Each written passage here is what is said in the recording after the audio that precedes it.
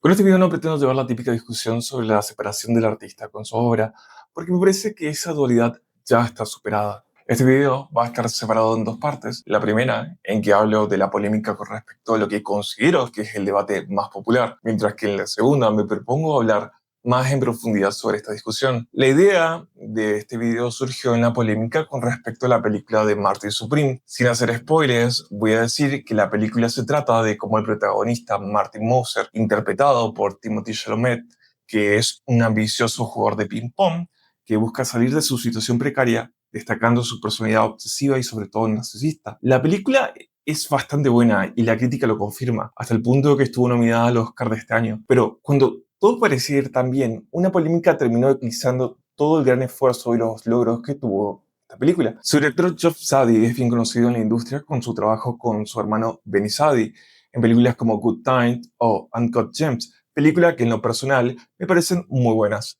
Marty Supreme fue la primera película que Josh hacía sin la compañía de su hermano Benny. La razón de la separación de un dúo tan exitoso por mucho tiempo fue una incógnita, hasta que ocurrió algo. Tan solo 4 días después de que Marty Supreme fuera anunciado como candidato al Oscar, Page Seek Hollywood publicó un artículo que cuestionaba la acción de Geoff Sadie, que posiblemente haya generado la ruptura de la relación de estos hermanos. Resumiendo el chismecito, pasa que los hermanos Sadie son conocidos por querer darle un toque de autenticidad a sus películas. Entonces, hacen lo que se llama casting callejero, o sea, buscan actores no profesionales, en muchos casos personas normales. El problema fue que durante el rodaje de la película The Good Times hay una escena con una actriz que resulta que era menor de edad, tenía 17 años y tenía que hacer de trabajadora sexual con un actor no profesional que parece que se sobrepasó. Dicen las malas lenguas que Josh se enteró de esto después de grabar la escena, pero no le dijo nada a su hermano Benny hasta el 2022.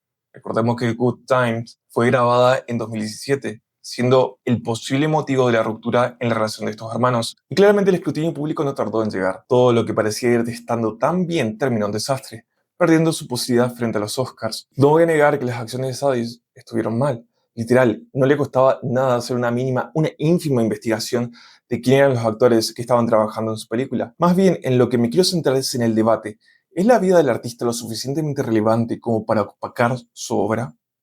O al menos siento que esa debería ser la cuestión principal a debatir, pero como me di cuenta al estar investigando para este video, mucha gente se centra más bien en una búsqueda de justicia a mano propia. No promover o consumir cierto producto, porque si la persona que lo hizo es mala, yo, como consumidor, debo evitar darle el más mínimo beneficio, ya sea económico o de estatus, a la obra en cuestión. Una lógica que se orienta en una búsqueda de consumo ético y que hasta cierto punto tiene sentido. No seguir beneficiando aún más a una persona cuyos actos consideramos deplorables es, en principio, una postura razonable. El problema no es tanto en la intención, sino en sus límites. Incluso quienes defienden este tipo de consumo suelen reconocer que sus decisiones individuales no cambian estructuras más amplias. Y sin embargo, esas decisiones siguen teniendo un peso simbólico fuerte. Ahí es donde aparece una tensión. Por un lado, el individuo sabe que su acción es limitada. Por otro, actúa como si tuviera una capacidad real de intervención, no tanto por ingenuidad, sino porque es una de las pocas formas accesibles de acción. Un ejemplo claro de esta tensión aparece cuando pensamos en otras industrias. No son pocos los casos en que grandes empresas,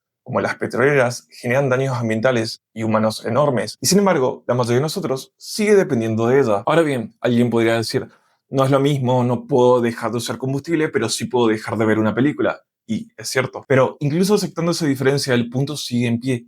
Los criterios de consumo ético no se aplican de forma consistente, sino que solo se aplican en aquellos espacios donde la renuncia es más fácil. Y eso no invalida la intención moral, pero sí muestra su carácter parcial. Pero en vez de jugar a estas personas con este actuar, me planteo que es mejor tratar de ver este accionar como un síntoma a lo que parece una impotencia de actuar a un nivel político más efectivo. Cuando la globalización nos abre ante un mundo de injusticias, es esperable sentirse cada vez más pequeño con respecto a las acciones que tomamos. Por tanto, una mínima acción de boicot, como no ver una película, parece una mejor alternativa que simplemente no hacer nada. Pero como activismo de sofá, esto que parece una mínima esperanza genera más trabas en vez de abrir más puertas, debido a lo fácil que es sentirse satisfecho con simplemente no haciendo nada, en este caso, literalmente. La satisfacción de sentirse útil actúa como un condicionamiento que ve en las acciones individuales la única forma efectiva de realizar un cambio. Y sí, en muchos casos, estos boicots funcionan. Muchas obras llegan a fracasar en el mercado, pero ¿El fracaso en el mercado implica que una obra sea mala en sí misma? Este es otro de los problemas que quería señalar. Al tratar de definir el éxito desde una lógica económica, en cuanto es redituable una obra, estamos inevitablemente reduciendo todo su valor artístico a unos simples billetes, porque el valor artístico de una obra no está en cuanto recaude, sino que reside en eso que transforma al espectador, en los sentimientos que genera, en las vidas que cambia. Y eso no es boicoteable, eso no se puede cancelar. La obra triunfa en cuanto a que su fin se cumple. La obra terminada es totalmente impermeable al dinero. Todos los fondos ya han sido gastados en producirla. La obra no es la que pierde, sino es el artista. Indudablemente la obra no surge del vacío. Entonces, al tratar de entender la separación del artista a su obra, no podemos negar el valor de su vida personal.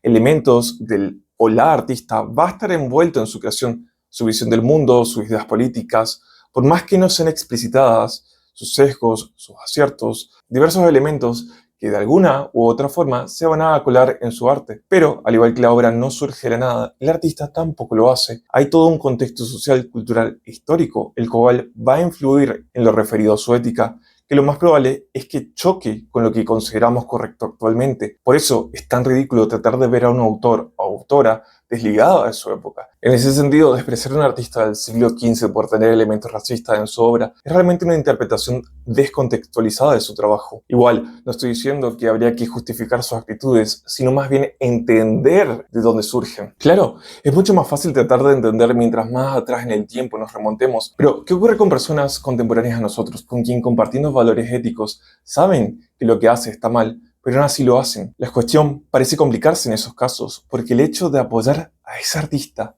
no implica exclusivamente la apreciación de su obra, sino que parece existir la idea de que haya un entrecruzamiento con respecto a la identidad del artista con la del espectador, como si el hecho de que el artista haya cometido un acto deplorable implica que de forma implícita nosotros también somos cómplices de su actuar en cuanto no nos neguemos a consumir su contenido, por más que su contenido no tenga relación en cuanto a esos actos que rechazamos en el artista. Esto pone al espectador o consumidor de la obra en la posición de un ser meramente pasivo, desprovisto de un criterio propio con la capacidad de definir su propia identidad, como si la identidad se basara exclusivamente en lo que uno consume. No somos las películas que vemos o los libros que leemos. Claro que impactan en nuestras vidas, en muchos casos cambiándola. Es el poder transformador del arte. Pero ese cambio no ocurre sin que haya una parte activa de nosotros predispuesta a cambiar. Por tanto, la separación verdadera no es tan solo el artista y su obra. En el momento en el que el artista finalizó su creación, la obra ya se distanció del artista. La verdadera pregunta es, ¿la obra se puede separar del público? Como dije al comienzo del video, la dicotomía de que si podemos separar la obra del autor parece ya estar superada. La pregunta parecía ser suficiente, o bien defendíamos la autonomía de la obra, o bien la condenábamos junto con quien la creó. Una discusión que no sé ustedes, pero a mí hoy en día me parece agotada. Barthes anunció la muerte del autor, no en un sentido literal, sino para expresar cómo en la obra las voces se confunden, se borran. ¿Quién es el que está hablando en los hechos que acontecen en la obra? ¿Es el protagonista? ¿Es el autor?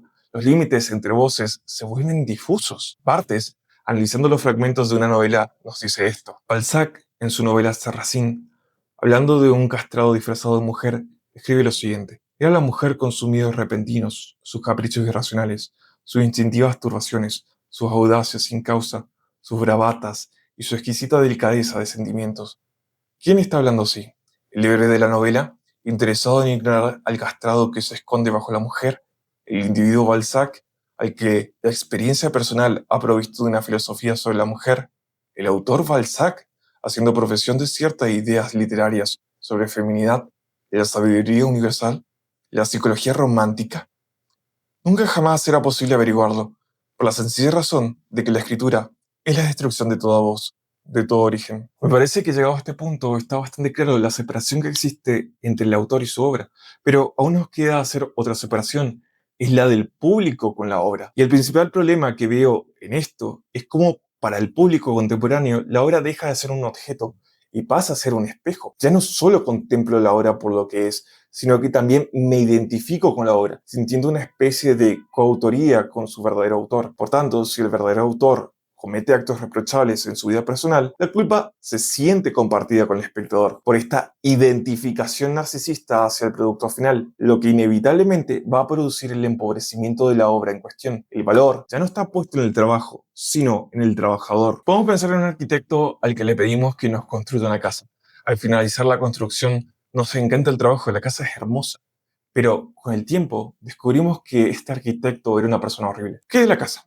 Su belleza se altera al saber esto. Todo sigue igual, las mismas paredes, el mismo techo. Solo cambió nuestra concepción de su creador. ¿Debería sentirme culpable por gustarme y disfrutar vivir en esa casa? Ahora bien, esta analogía tiene su límite. A diferencia de una casa, una obra artística muchas veces expresa valores, ideas y visiones del mundo. Y acá hay algo donde creo que la analogía no termina de captar del todo. Y es que, aunque la casa no cambie, la experiencia de vivir en ella sí que puede cambiar. Y esto es algo que ocurre con el arte. A mí, por ejemplo, me pasó que con cierta música que me gustaba mucho, me dejó de gustar con el paso del tiempo cuando me enteré de ciertas cosas que me generaban rechazo en la vida personal del artista. Lo cual es loco porque la canción seguía siendo la misma, pero ya no la escuchaba igual. Como si en la obra se hubiera añadido una nueva capa, una especie de filtro que altera lo que percibo. Claro, entonces la pregunta ya no es solo si la obra cambia, sino cómo es mi relación con esta. Porque el problema, a mi parecer, no está en la obra, sino en la imposibilidad de yo poder experimentarla de forma ingenua como lo hacía en la primera vez. Porque claro, una vez que nos enteramos de algo, no hay forma de saberlo.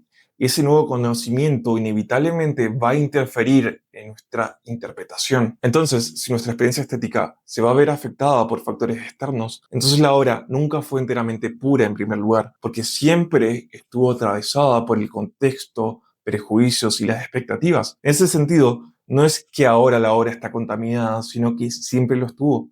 Nada más que ahora somos más conscientes de eso. Y quizás todo esto nos lleva a un problema aún más profundo. Porque hasta ahora estuvimos pensando qué hacer con la obra. Si separarla del autor, si dejar de consumirla, si juzgarla moralmente. Pero, ¿y si el problema no está en la obra, sino en cómo nos relacionamos a ella? Susan Sontag, en su ensayo en contra de la interpretación, critica justamente esta necesidad constante de querer traducir el arte en otra cosa, ya sea un mensaje, en la moralidad, en algo que pueda ser evaluado. Para ella, interpretar muchas veces es una forma de domesticar la obra, de reducir su potencia a algo que podamos controlar. Y en ese sentido, esta obsesión contemporánea por vincular la obra con la vida del artista podría ser otra forma de lo mismo. Ya no solo interpretamos lo que la obra significa, sino que la usamos como una extensión de la persona que la creó, como si fuera una prueba más en un juicio moral. Pero en ese proceso algo se pierde. La obra deja de ser una experiencia y pasa a ser un síntoma. Deja de ser algo que se siente para convertirse en algo que se evalúa. Y quizás por eso muchas veces dejamos de disfrutar. No porque la obra haya cambiado, sino porque ya no nos permitimos experimentarla sin ese filtro constante. Sontag proponía recuperar una relación más directa con el arte, menos obsesionado con descifrar y más abierto a sentir. No se trata de ignorar lo que sabemos ni de justificar lo injustificable, pero tal vez sí de preguntarnos si todo ahora necesita convertirse en un campo de batalla moral, porque si cada experiencia estética pasa primero por un juicio, entonces el arte deja de ser un espacio de transformación y se convierte en un tribunal. En ese tribunal no solo juzgamos a los artistas, también terminamos empobreciendo nuestra forma de mirar. Y hasta acá el video de hoy. Si te gustó, por favor suscríbete y darle me gusta al video. No cuesta nada, literalmente.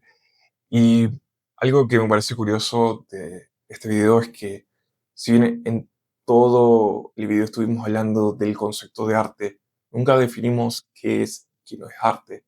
En ese sentido, si te interesa que yo haga un video tratando de definir, por lo menos lo que a mí me parece, déjamelo saber. Sí. Así que nada, nos vemos hasta la próxima. Chao.